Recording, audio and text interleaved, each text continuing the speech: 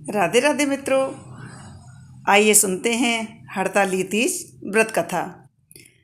हड़ताली तीज व्रत भाद्रपद शुक्ल पक्ष तृतीया को किया जाता है। सुहागिन स्त्रियाँ इस व्रत को करती हैं और बालू से शंकर पार्वती की मूर्ति बनाकर उनकी पूजा करती हैं।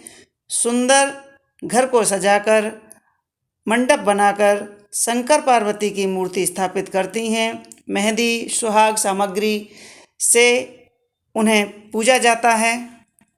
पार्वती जी को सुहाग सामग्री, शंकर जी को पीले वस्त्र अर्पित किए जाते हैं और इस व्रत को करने वाली स्त्रियां पार्वती के समान ही सुख भोग कर पतिपरायण बन के शिवलोक को जाती हैं।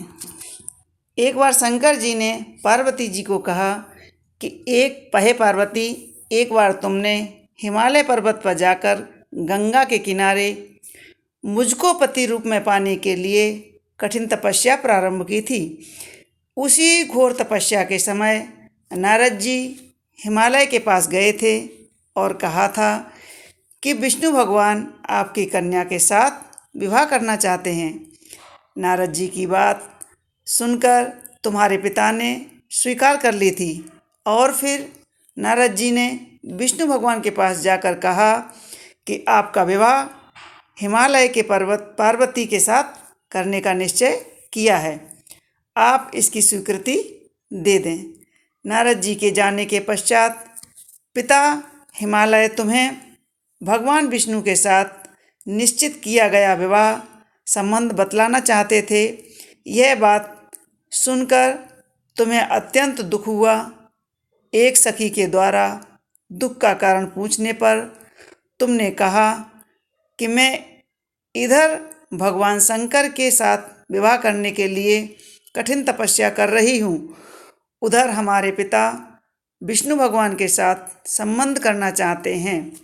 तुम मेरी सहायता करो, अन्यथा मैं प्राण त्याग दूंगी। सखी ने धीरज देते हुए कहा, मैं तुम्हें ऐसे वन में ले जाती हूँ कि तुम्हें पिताजी भी नहीं ढूंढ पाएंगे। इस प्रकार तुम सखी के साथ घने जंगल में चली गईं। उधर तुम्हारे पिता हिमालय घर में इधर उधर खोजने पर आप नहीं मिली तो पिता चिंतित हुए, क्योंकि नारद जी से विष्णु के साथ विवाह करने का वचन दे दिया था। वचन भंग की चिंता से वह मूर्छित हो गए। तभी सभी पार्वती को जाकर पर्वत पर खोजने लगे।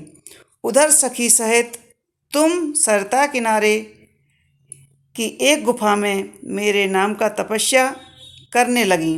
भाद्रपद शुक्ल पक्ष की तृतीया को उपवास रहकर तुमने शिवलिंग की स्थापना करके पूजा तथा रात्रि को जागरण भी किया। तुम्हारे इस कठिन व्रत के कारण मुझे तुरंत तुम्हारे पूजन स्थल पर आना पड़ा। तुम्हारी मांग तथा इच्छा के अनुसार तुमको मुझे अर्धांगिनी के रूप में स्वीकार करना पड़ा। तत्पश्चात मैं तुरंत ही कैलाश पर्वत पर चला आया। प्रातः बेला में जब तुम पूजन सामग्री नदी में छोड़ रही थीं, उसी समय हिमालय राज उस स्थान पर पहुंच गए। वे तुम दोनों को देखकर पूछने लगे कि बेटी, तुम यहाँ कैसे आ गई हो। तब तुमने विवाह वाली बात सुना दी। वे तुम्हें घर बुला लाए।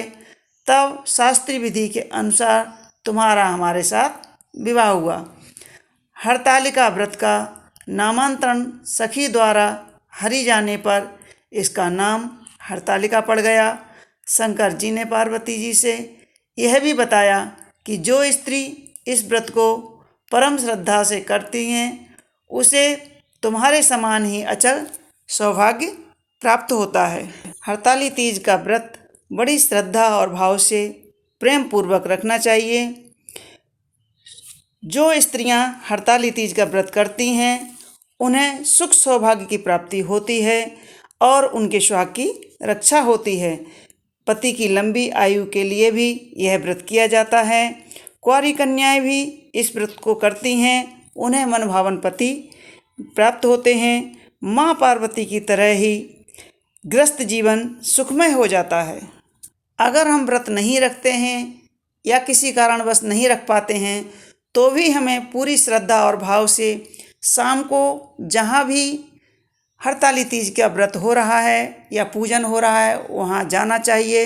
सुहागिन स्त्रियों को जो श्रद्धा पूर्वक बने वहाँ हाथ जोड़कर माँ पार्वती से अपने सुहाग की रक्षा की आशीर्वाद लेना चाहिए और रात्रि जागरण करना चाहिए, भजन कीर्तन में सम्मिलित होना चाहिए और श्रद्धापूर्वक माँ शंकर पार्वती और शंकर जी की पूजन करना चाहिए और सुबह उनका प्रसाद लेकर उनका आशीर्वाद लेना चाहिए। यह थी छोटी सी हरताली तीज की कथा। तो मित्रों, कैसी लगी हमारी यह कथा हमें कमेंट्स बॉक्स में ज़रूर लिखें और हमारे वीडियो को लाइक करें, शेयर करें और सब्सक्राइब अवश्य करें। आने वाली कथाएं हम आपको इसी तरह सुनाते रहेंगे। बहुत बहुत धन्यवाद। राधे राधे।